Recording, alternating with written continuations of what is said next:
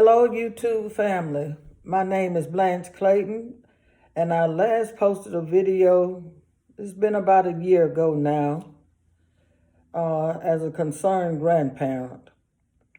And I'm still concerned, even more so now, over the recent news headline of the incident that occurred between the artist Kirk Franklin and his son Kerrion.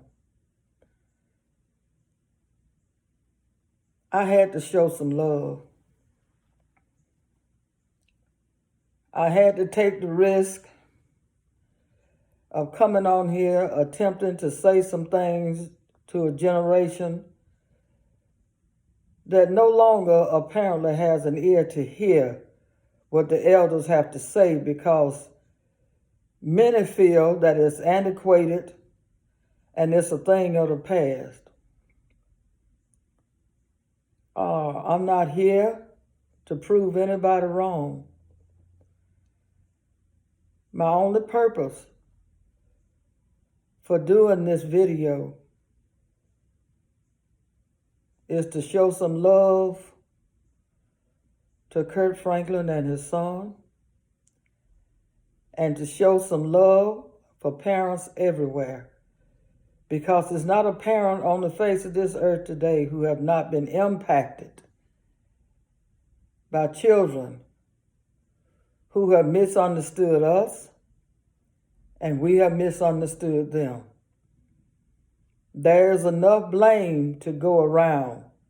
We all can blame. But what I see is the tragedy that is affecting all parents and children everywhere is the parent-child relationship that's been severed for a number of reasons and for a number of years.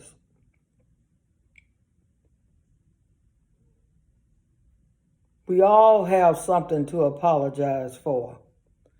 We all have contributed to the state in which we find the village today. I read many of the comments that was posted once I heard of what had happened. And I started writing and listing out some of the concerns that came from the village. I was excited initially because I said, my Lord, the village is coming together. The village is waking up. And it was amazing at how the village rallied around Kirk and showed much love and showed much concern, as well as a lot of opinions.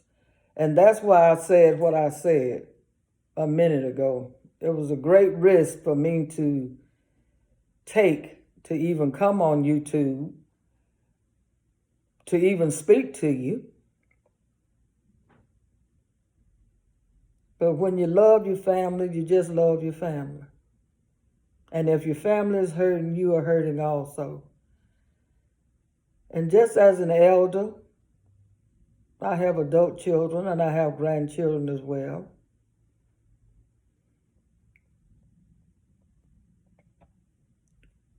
We lost some things. We lost some valuable things in the process of getting ahead, in the process of coming out of segregation, which is all that I knew. And yes, I was a part of the generation that broke down a lot of the walls, because even then, after the civil rights laws had been passed, we still had challenges because the adversary did not want to relinquish anything. And we had to battle. And in so battling, some things was dropped. Some things was just dropped. And when I looked at some of the comments, words that I never thought that I would hear come out of the words of an African American, such as entitlement, betrayal, ingratitude. I said, wow. We lost a lot of values. We lost a lot of the substance of our heritage as a people. And if I can say anything that would bring healing, just a little healing to the family,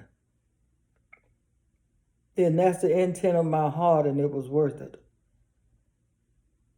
I never wanted to do social media because of all the things that I heard that happens on social media, all of the opinions.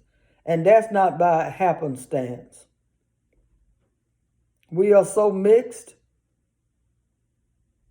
We are so mixed. There's an opinion about everything, but there are some things that don't change, that are universal, over the years have stood the test of time. And we have lost touch with a lot of those values. A lot of those values. And when we're facing a generation where it's characterized as lacking what is expected to be in a human being, we have gone too far and we have to turn around. We have to own it that we're in trouble. We have to own it that we have to come back together and stand on those things that God gave us as a people. Kindness. Generosity. Oh, the big one was disrespect. And I think Kirk blurted that out, that he would not be disrespected. We lost respect for ourselves and each other many years ago. And especially coming into integration, we did. Children were taught to be disrespectful. And I'm not just saying this. I have lived it and experienced it. I have worked with children and their families for over 28 years. I was in the trenches the entire time until I retired recently.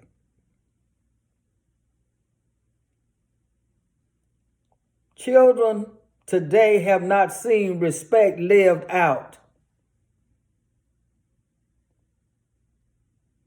Children, I recall when they put the question out there, just because you are an elder, that doesn't give me the right to validate you when you're wrong.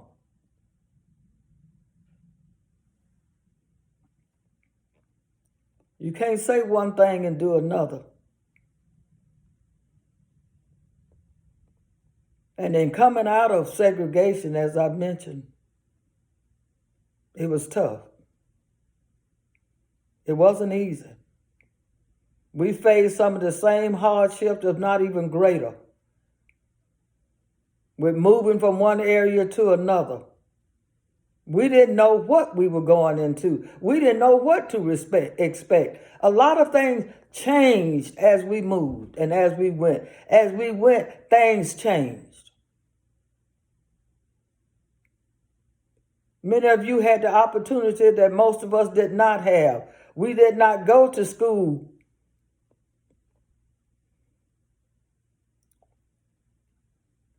And I don't know why I'm pausing to say this. This is the truth. And I'm like young people, you say, keep it real. I don't know why I'm pausing to say this, but we didn't go to school with white children, but our children did. And our children took on a lot of their ways and not ours.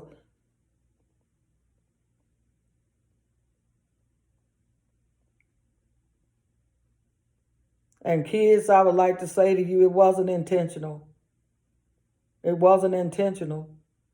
But you weren't able to ride in the cars that you ride in now that you take for granted. Oh, no. That didn't just happen. Oh, I know your heartache. I know. I feel the pain. You missed your parents not being there in critical times of your life, in critical places that can never be regained. And for that, oh, I weep for that. I weep for that. But we can't stay there. We got to heal those wounds, and we got to come together. We got to heal the parent-child relationship. We must do it. Our future is on the line with this.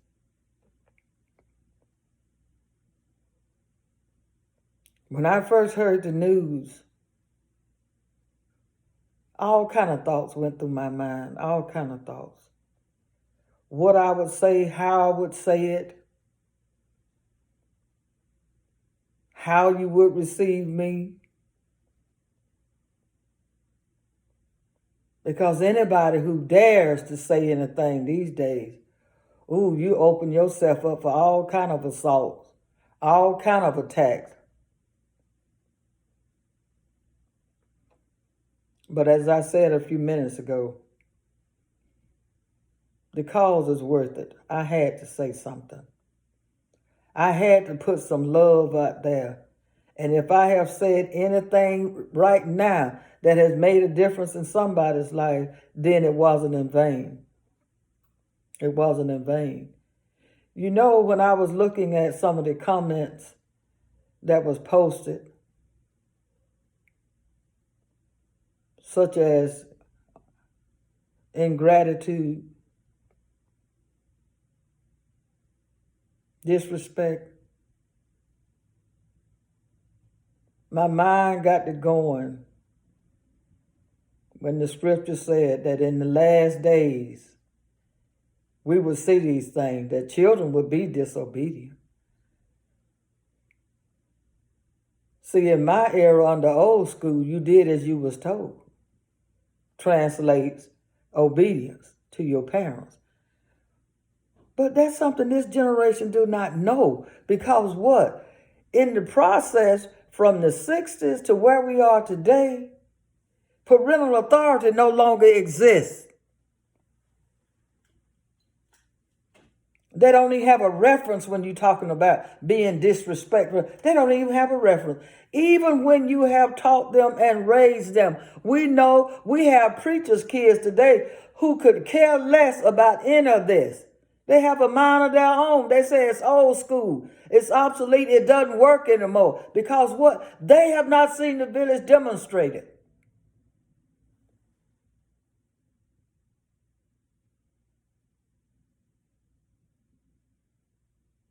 We can't just say we the parents. We have to be the parent. Oh, we have to be this now. We have to be this.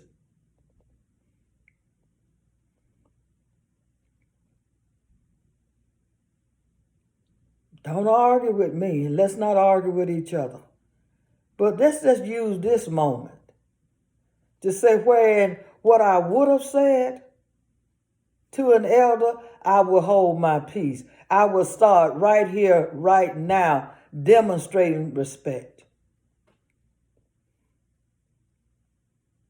And you can start by respecting your own children. They need it.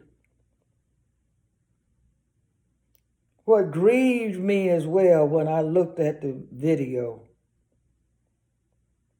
and looking at the disconnect,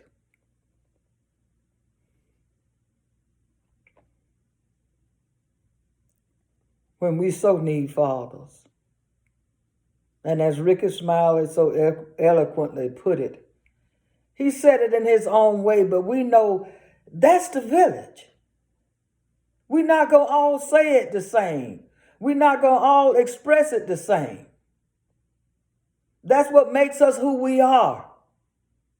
And we have to learn to accept that, because we all know we went in every different direction. Wherever we were led by the oppressor, that's where we went. However he wanted us to be, that's how we had to be. So it shouldn't surprise us that we can't speak with the same voice. We've been mixed a long time. But now it's time for us to what? Unmix. And let's see what it is that we know that that works.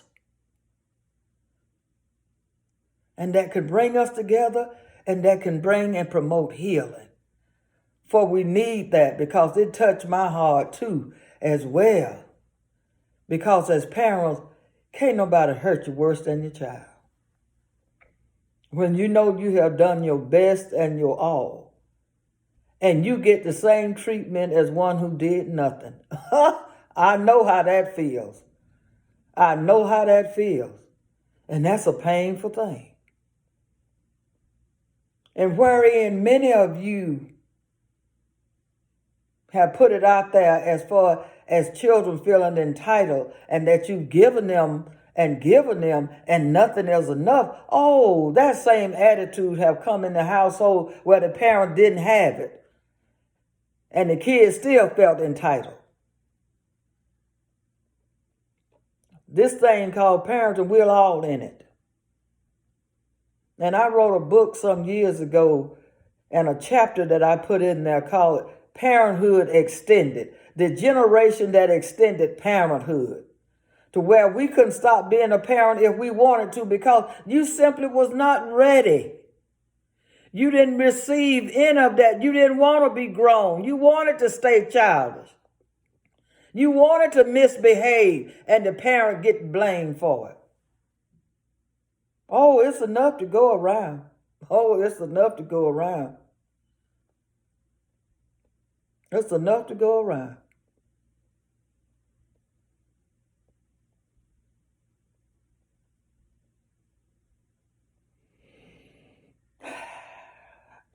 I don't want to ramble.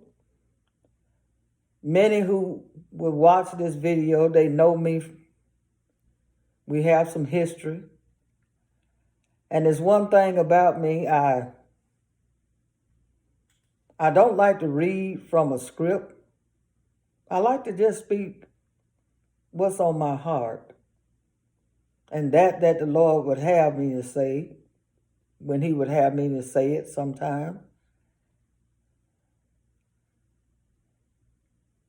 But I write stuff down,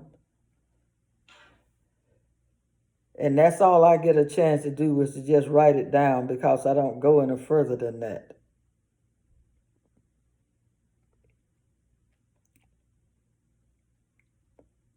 What we are dealing with,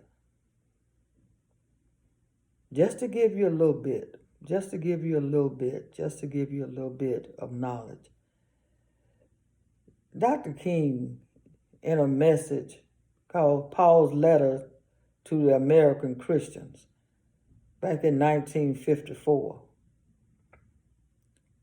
where he stated to America, wasn't just talking, to African Americans, he was talking to the whole nation, when he said that America had excelled in its science, technology, and its materialism. It had excelled.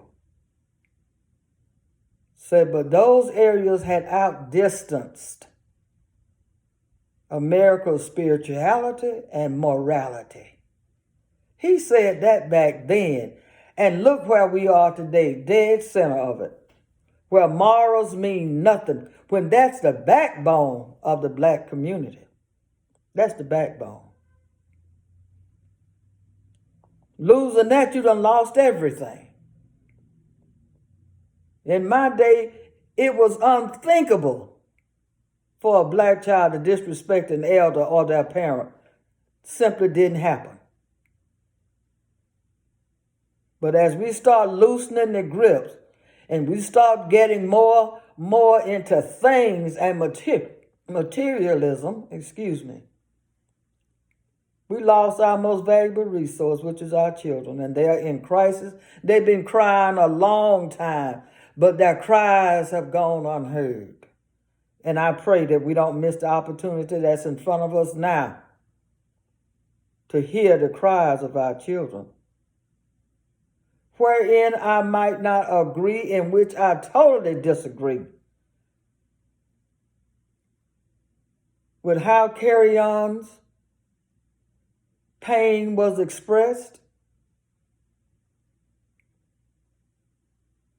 But I heard the cry. I heard the cry. And it cannot fall on deaf ears this time. It cannot. We must hear, and we must do what we need to do to bring and promote healing. Because wherein it was a tape, a recording, we know that we have children that is in such pain now that they killing their parents.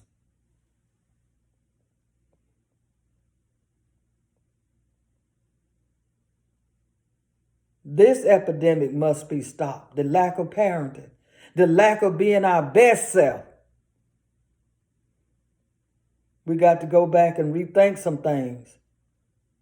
We got to go back and remember who we are and where we came from.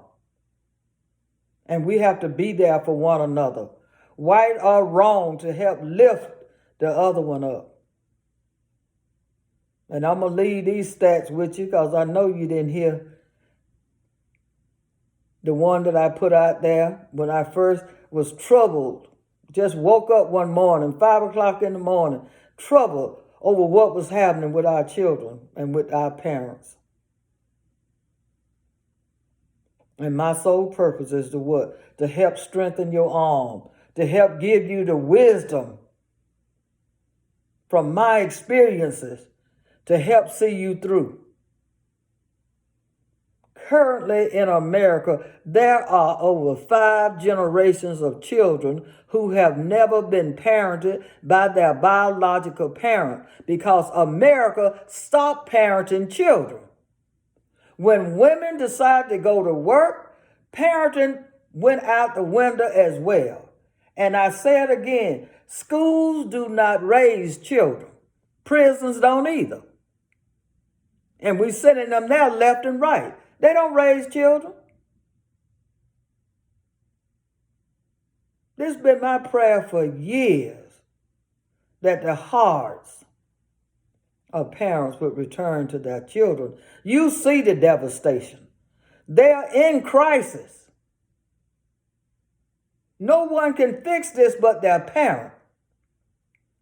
And as I mentioned to you, you put it out there a long time ago when you taught them not to do what nobody else told them to do but you.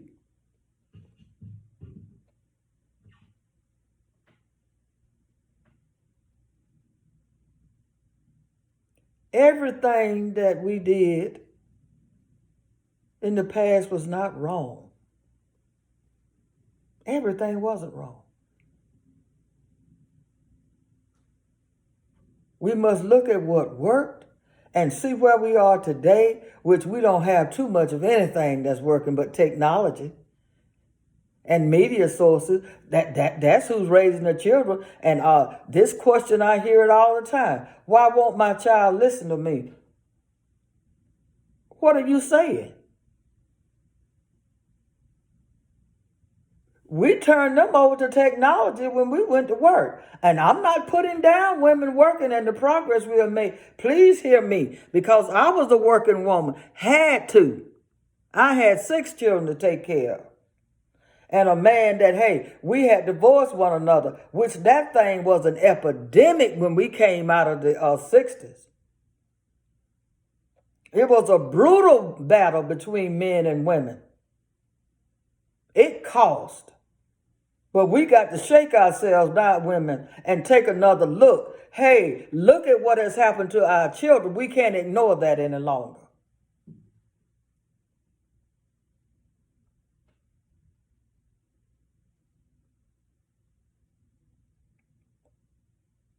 We can't ignore it.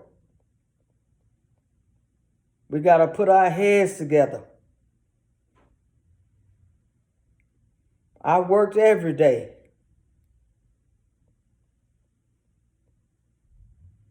But the Lord took care of me. And He took care of them. And He would take care of you as well.